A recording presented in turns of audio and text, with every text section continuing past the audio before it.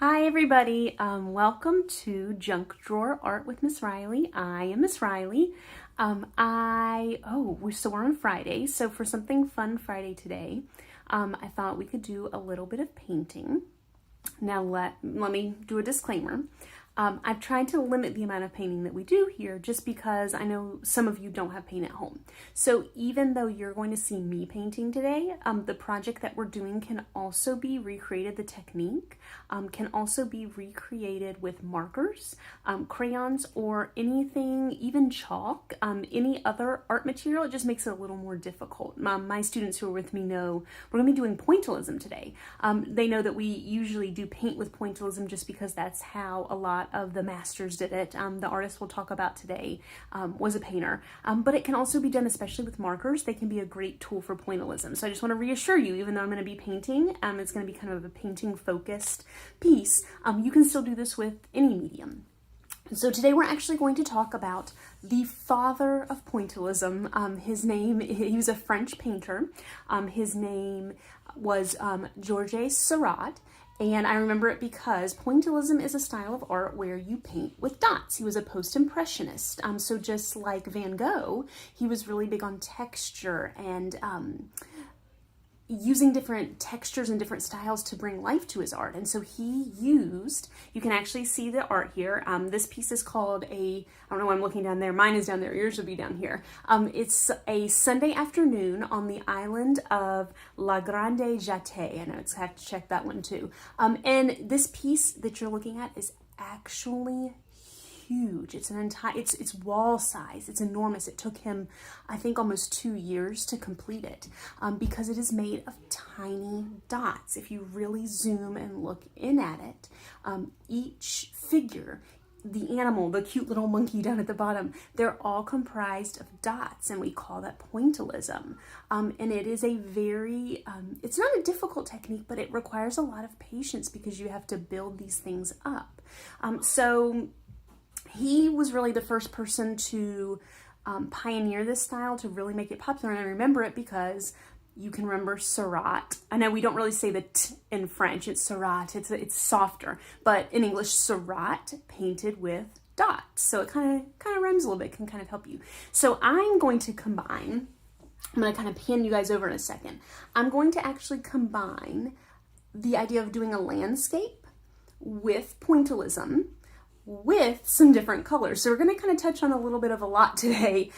This is a project I usually do with second graders, so it can be stretched up and down for all kids. Let me pan you over and I'll still talk, but I really want you to see what I'm doing. So when we talk about a landscape, what a landscape is painting something natural from earth. So a lot of times a landscape is mountains, or it is an ocean, or it can be a field of flowers. There are many different types of landscapes. So today I'm actually going to work on incorporating both because I want to talk to you about cool and warm colors. And this is what we do with second grade. It's a good introduction to this. So what I have here at the top are my warm colors. I have orange, yellow, I have a yellowy orange, a red. These are just paints I had around the house. They're all different kinds. This orange paint is super professional acrylic paint that costs a lot of money. And then these reds over here were 50 cents a bottle. So you've got the nice span.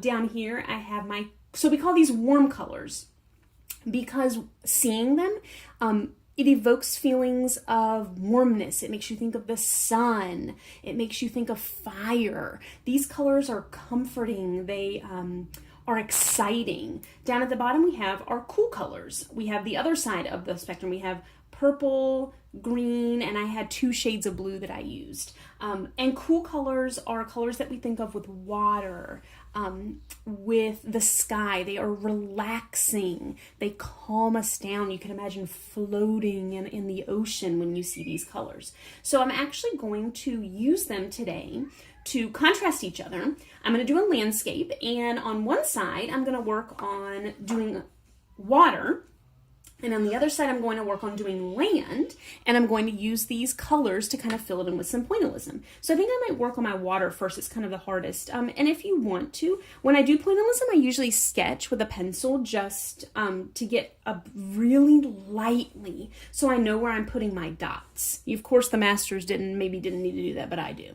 So the first thing I'm going to do maybe is do a little bit of a wave here.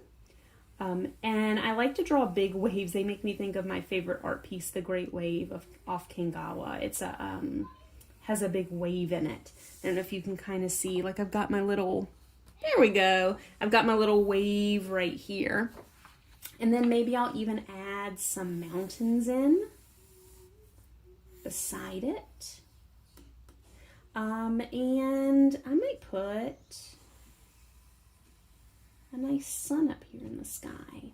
So I can really think about how I want to use my cool colors and my warm colors when I'm doing this. So I know that I want my ocean here, my wave, to be cool colors.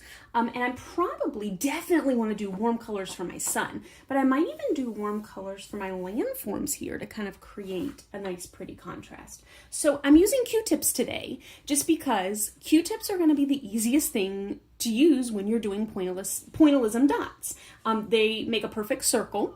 You are going to be using a lot of different colors, so I don't want to have like 20 paintbrushes out of me making a big mess. The Q-tips can be washed when you're done if you want to, or they can be tossed, either one, so they're kind of easier to use. So I might start by filling in my ocean. Let's start with my light color first. I don't want to get too much. I might have to blob it off a little bit on the side there. And I'm just going to start by doing dots. And when it starts to run low, just fill it back up. All along. I like to do my edges first.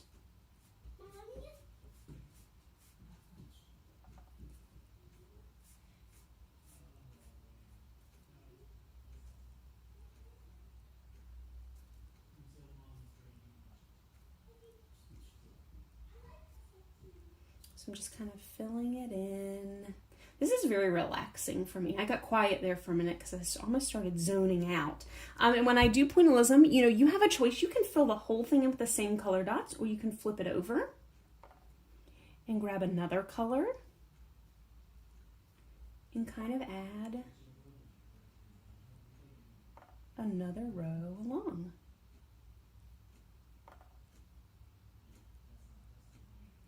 Make sure that you're not smearing it. I always have to talk to my kindergartners. It is exciting to use Q-tips, and it's kind of odd and weird and a little bit different. And they want to start smearing it and getting away from that pointillism style. So just make sure with pointillism, you're pressing up and down only. There's no side-to-side movement. So actually what I'm going to do now, I'm going to stop. I'm going to finish painting this wave in, and then I'll be right back with you guys.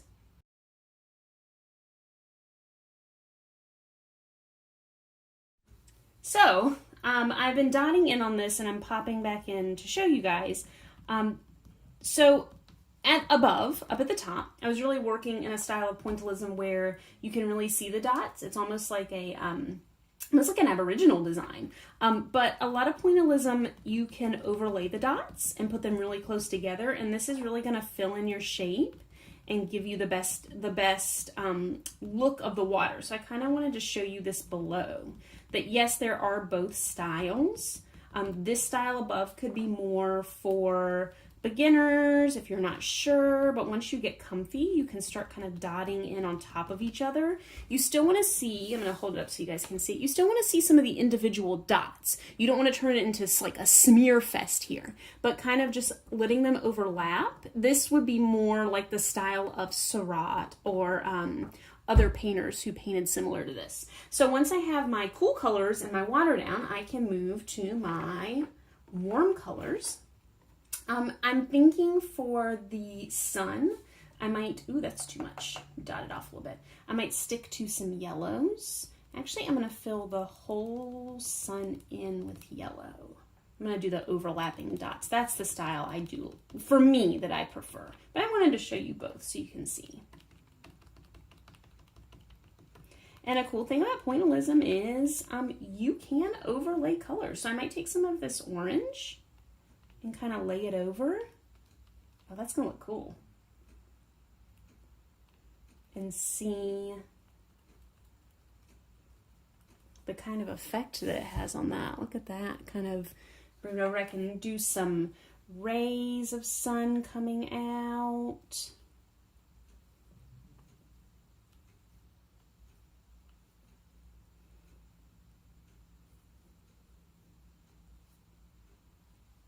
A lot of artists, when they're doing landscapes, will use cool and warm colors to contrast each other. So I got my sun there.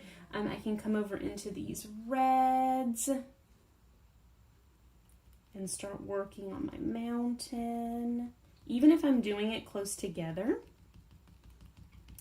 and letting them overlap, I can still come in and like flip over or choose another one and come in with a different color overlapping right beside it, so you can still get that cool pattern look in there.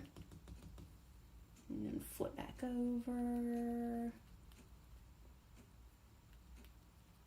So you're not limited to landscapes. If there's something else that you'd like to work on with those cool and warm colors, I just love the way that they make each other pop.